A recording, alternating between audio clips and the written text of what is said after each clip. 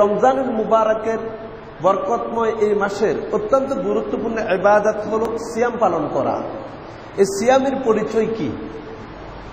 এই সিয়ামের পরিচয় হলো, সিয়াম শব্দের অর্থ হলো উপবাস থাকা নয়। আমরা ইসলামের যতগুলি পরিভাষা আছে, সেই ইসলামের পরিভাষা হলো সলাৎ। আমরা সেই সলাৎকে পরিভাষা হিসাবে ব্যবহার না করে আমরা নামাজ বলছি। রোজা ইসলামী পরিভাষা হলো সিয়াম, আমরা এটাকে রোজা বলি। আচ্ছা, আপনার একথা জেনে রাখা উচিত, নামাজ শব্দটি আরবি নয়। নামাজ শব্দটি হলো উর্দু এবং ফার্সিতে ব্যবহার হয় এবং বাংলায় এটা বহুল প্রচলিত হয়ে রয়েছে। নামাজ শব্দের অর্থ হলো অর্চনা করা, পূজা করা, ভক্তি নিবেদন করা, এটা হলো নামাজ শব্দের অর্থ, উপাসনা করা। আর সলাৎ শব্দের অর্থ হলো পাঁচটি অর্থ। আমি ইতিপূর্বের কোনো এক খুতবায় বলেছিলাম, যেই পাঁচটি অর্থের কোনো অর্থই আপনি নামাজ শব্দের মধ্যে খুঁজে পাবেন না। সালাত শব্দের অর্থ দোয়া করা, সালাত শব্দের অর্থ জ্বালিয়ে পুড়িয়ে দেওয়া, সালাত শব্দের অর্থ এই যে ব্যায়াম করা, নাড়াচাড়া করা দেহের দুপার্শ্বকে, সালাত শব্দের অর্থ সম্পর্ক তৈরি করা আল্লাহর সাথে। এই যেইগুলি অর্থ বললাম, একটি অর্থ নামাজ শব্দের মধ্যে নাই।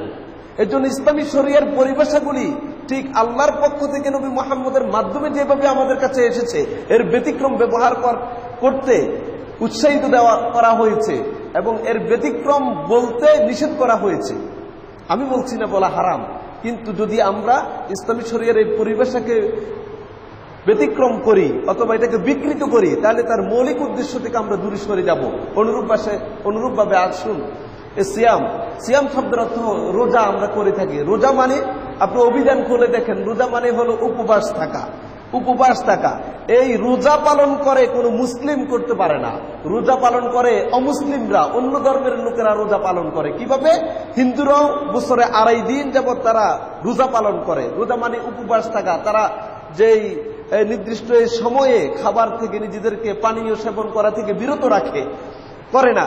কিন্তু এই লোকগুলি খাবার থেকে নিজেকে বিরত রাখলো, পানীয় থেকে নিজেদেরকে বিরত রাখে, কিন্তু অশ্লীল কর্ম থেকে, অমূলক কাজ থেকে এবং বর্হিত কর্ম থেকে নিজেকে বিরত রাখে না। তাহলে কারণ তাদের কাছে রোজা মানে উপবাস থাকা, মানে পেটটাকে খালি রাখা, এটাই হলো তাদের কাছে রোজা। এজন্য অন্য ধর্মের লোকেরা তারা রোজা পালন করে থাকে, আমরা রোজা পালন করি না, আমরা সিয়াম পালন করি। কারণ সিয়াম শব্দের অর্থ হলো বিরত থাকা। বিরত থাকা, আপনি কি থেকে বিরত থাকবেন? শুধু খাবার পানীয় এ থেকে নয়, যত অশ্লীল কর্ম আছে, যত অমূলক কাজ আছে, যত অমূলক চিন্তা আছে, সব নিষিদ্ধ কাজ কর্ম খাবার পানীয় থেকে বিরত থাকার নাম হলো সিয়াম। সুবহানাল্লাহ। তাহলে দেখুন, ইসলামী শরিয়ার পরিভাষাগুলি ঠিক আল্লাহর পক্ষ থেকে নবী মুহাম্মদের মাধ্যমে যেভাবে এসেছে, এর যদি কোনো ব্যতিক্রম করা হয়, এর কোনো যদি অনুবাদ করা হয়, তাহলে তার মৌলিক উদ্দেশ্য ঠিক থাকে না। ইংরেজ যারা লন্ডনে থাকে, তারা সলাৎ, মুসলিমরা সলাৎ বলে থাকেন, কিন্তু অধিকাংশ মুসলিমরা প্রেয়ার বলেন। আমরা যে সিয়াম পালন করি, যেটাকে আমরা অনুবাদ করে রোজা বলি, তারা এটাকে ফাস্টিং বলে। তাহলে দেখেন, যখনই ইসলামী শরিয়ার এই বিষয়গুলিকে আপনি অনুবাদ করতে যান, তখন তার মৌলিক উদ্দেশ্য ব্যাহত হয়।